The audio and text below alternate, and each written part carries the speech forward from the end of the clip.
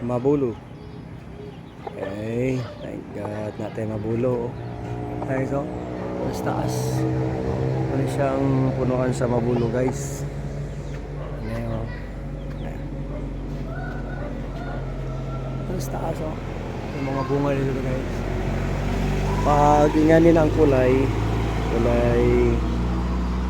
pula, guys. So, pag guys nga, ano siya?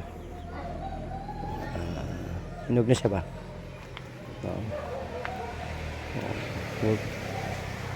Nakain to ng chicken. Pag hindi natin naabutan, ubos. Ano ba? Mabulos taas. Ang daming bunga dyan sa taas, guys. Andun pa. Salamat, may mabulo tayo. Isang puno lang doon sa season dahil yung bunga doon sa puno sa mother-in-law ko, guys. Thank God may mabulo tayo makakain ngayon. Pag di ka sanay kumakain ng durian, guys, lalo na di ka magusto nito. Pero kung kumakain ka ng durian, ito maganda din to, guys. Masarap.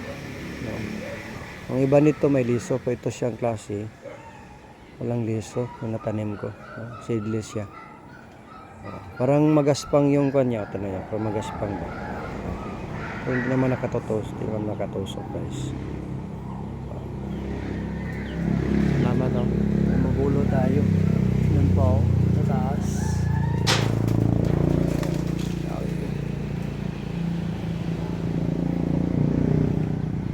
Ito na lang na kita ko siya na nata. Nahulog, guys. Ayun. Kanina kumatay ng marang dyan. Itong klaseng rambutan hindi pa namunga silang bulak, guys.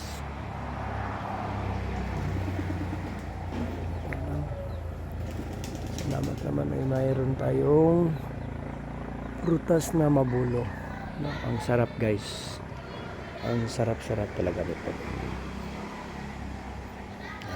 Tignan natin, guys. Pakita ko yung ito na yung kanya laman. Ito yung balat. Nilatag ko na, guys. Ano? Ayun. Pag nabalata natin lahat yan, kain na, guys. Ito na. Kain na natin, guys.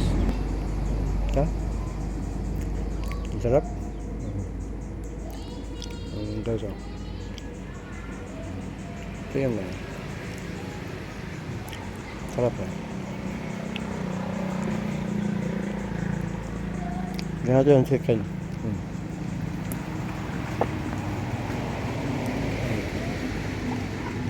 Sarap pa ng manok, guys. Sarap eh. Tabs. Kaya nga pag may nahulog na daldali ko nang kunin niya kasi kakain din ng manok, chicken. May kahati din tayo. Thank you, guys, for watching. Masustansya din, guys. Hindi lang yung katawan natin, pati yung mga chickens natin.